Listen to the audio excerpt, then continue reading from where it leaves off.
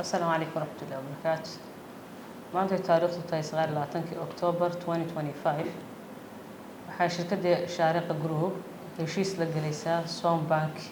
Adeegan bulsho kaal wuxuu faa'iido u leeyahay qof kasta oo doonayay in maalgelintii uu qaadan lahaa bulsho kaal oo uu ahaa muddo hal sano inuu ku helayo sicirkii suuqa badeecada. Sida awgeed bulshada inay ka faa'iideysato waliba dhalinyarta reer Puntland inay u noqonayso waxtar weyn.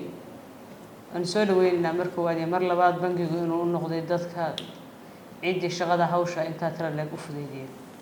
maanta marka waxaanu soo bandhigi doonaa insha Allah adeegyada Shaariqa Group ay gado oo ka mid yahay aqalada wixii furniture isku xalqa electroniga in shirkadda Shaariqa Group ay idin fudeydin doonto macaamiisheedii iyo macaamiishii Som Bank labadaba in adeegaas loo furay bulsho kaal oo wax badan oo ka fudeydin karayo taasoo sababteedu targetkeedu yahay bulshadu inay taranto guurku fududaado qoysaskii hore u jirayna laga caawin doono in adeegyada ay u baahan yihiin. markaan u aragnay dhinacyo badan aanu ka fiirinay waxaan u aragnaa wax badan waa inay wax ka tari doonaan bulshada gobolka Nugaal.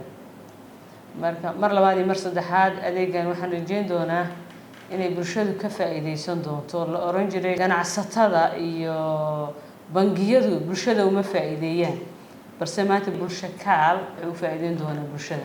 nagu soo booqo xarumaha Shaariqa iyo xarumaha Som Bank adoo ka heli doona adeega Som Bank ay soo bandhigtay oo ah bulsho kaal.